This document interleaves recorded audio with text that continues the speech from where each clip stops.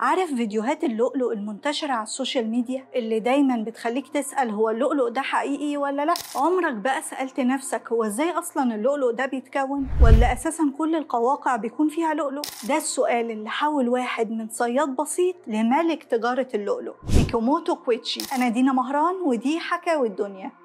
الحكاية بتبدأ سنة 1858 في قرية توبا جنب مدينة طوكيو في اليابان لما اتولد ميكيموتو كويتشي، وده أول طفل لعيلة بسيطة بتشتغل في بيع الرز المسلوق. المهم إن لما شد حيله وكبر شوية بقى يساعد أبوه في الشغل ويجر عربية الرز المسلوق اللي بيبيعوه، واللي زودوا جنبه شوية سمك ني أبوه بيصطاده. وفي سن 18 سنة اشتغل ميكيموتو في صيد السمك والغوص وصيد اللؤلؤ وبيع الأصداف اللي كان بيحب يحتفظ بالنادر منها. وفي يوم من الأيام قابل ميكيموتو واحد من صحابه اللي بيشتغلوا في الأحياء المائية، وسأله السؤال اللي دايما بيسأله لنفسه: ليه مش كل القواقع بيكون جواها لؤلؤ؟ وليه اللؤلؤ مش موجود غير في القواقع أصلا؟ وقال له صاحبه إن اللؤلؤ بيتكون جوه المحار أو القوقعة بسبب دخول شوية طفيليات جوه القوقعة، زي شوية رمل أو أي أجسام غريبة بتجرح لحمها، فتقوم المحارة تدافع عن نفسها وتعزل الجسم الغريب ده عنها بإنها تفرز مواد كلسية حواليه، والمواد دي بتتكون من كربونات الكالسيوم والبروتينات. ومع الوقت الجسم الغريب ده بيتحول بعد كام سنة للؤلؤ.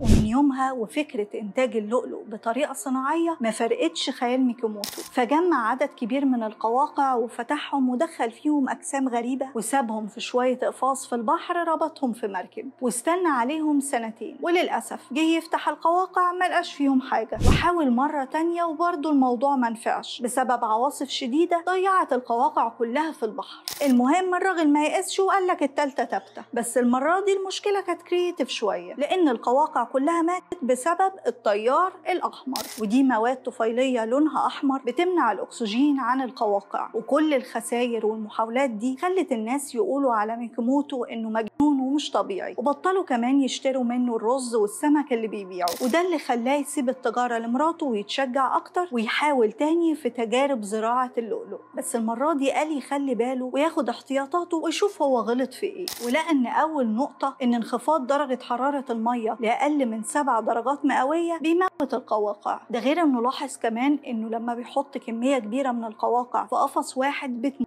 المهم إنه تحدى نفسه وجرب من جديد وبعد عن كل الغلطات دي، ومع ذلك مفيش فايدة. النتيجة كانت طبق الأصل زي المرات اللي فاتت، والقواقع كانت بتضيع منه هي والفكرة كلها، لدرجة إنه قرر يرجع لتجارة الرز زي ما كان، وقال هو اللي نعرفه أحسن من اللي ما نعرفوش. بس بعيدا بقى عن كل الناس اللي كانوا في حياة ميكيموتو اللي بيقولوا عليه إن هو مجنون وهوبا استنجلينا، مراته كانت ست كمل على الآخر وقالت له لا أنت تفضل تحاول لحد ما يظهر اللؤلؤ. المهم كلام مراته شجعه على الآخر، ومسك قوقعة فيها لؤلؤ طبيعي وفضل يدرسها عشان يعرف بالظبط مكان اللؤلؤة فين، وبالتالي يحط الجسم الغريب في القواقع اللي هيزرعها في نفس المكان. واكتشف إن كل ده كان بيحط الجسم الغريب في مكان غلط في القوقعة. وفي سنة 1893 زرع حوالي 5000 قوقعة، وبعد سنتين من الزراعة وتحديدا في يوم 28 سبتمبر راحت مراته تشوف القواقع من وراه. مع أول قوقعة فتحتها لقت لؤلؤة منورة جواها، وقوام ندهت جوزها عشان تفرحه. بس للأسف كان في مشكلة صغيرة المرة دي، لأن اللؤلؤ اللي عملته القواقع ما كانش كامل، كان عبارة عن نص دايرة. وده اللي خلى ميكيموتو يرجع للتجارب مرة تانية لحد ما وصل للحل، وهو إنه يحط الجسم الغريب بين الكبد والمعدة جوه القوقعة فينتج لؤلؤ كامل الاستدارة. ده غير إنه اكتشف إن لازم طول الحبل اللي بيشد أقفاص القواقع يكون طوله ما بين متر لمترين، لأن هو ده العمق المناسب لزراعة اللؤلؤ. المهم الفكرة نجحت لدرجة إنه أجر جزيرة صغيرة وبدأ في الإنتاج بشكل أكبر، ووظف مجموعة كبيرة من الغواصين اللي كان معظمهم من الستات، لأن نسبة الدهون الموجودة عند الستات بتخليهم يقدروا إنهم يغوصوا لعمق 5 و10 متر في درجات الحرارة الباردة أكتر من الرجالة، وطبعا هيقدروا يجمعوا قواقع أكتر بكتير. وبعد مرحلة الصيد بتيجي مرحلة التنظيف اللي فيها بياخدوا القواقع وينظفوها كويس جدا، وبعدها يمسكوا كل قوقعة ويحطوا فيها البذرة أو الجسم الغريب، يعني ممكن حتة إزاز أو شوية رملة. وآخر مرحلة بيحطوها في قفص ويعلقوها في مركب في البحر. واكتشف ميكيموتو إنه لما يحط أكتر من جسم غريب داخل القوقعة بتنتج كمية لؤلؤ أكتر بكتير، وإن كل ما طالت مدة الزراعة بيكون حجم اللؤلؤ أكبر، وبقى معلم في زراعة اللؤلؤ لدرجة إنه بقى يتحكم في اللون اللي هيطلع بيه، وده طبعا من خلال لون البذور اللي هيحطها. وبعد نجاح ميكيموتو طلعوا عليه لقب ملك اللؤلؤ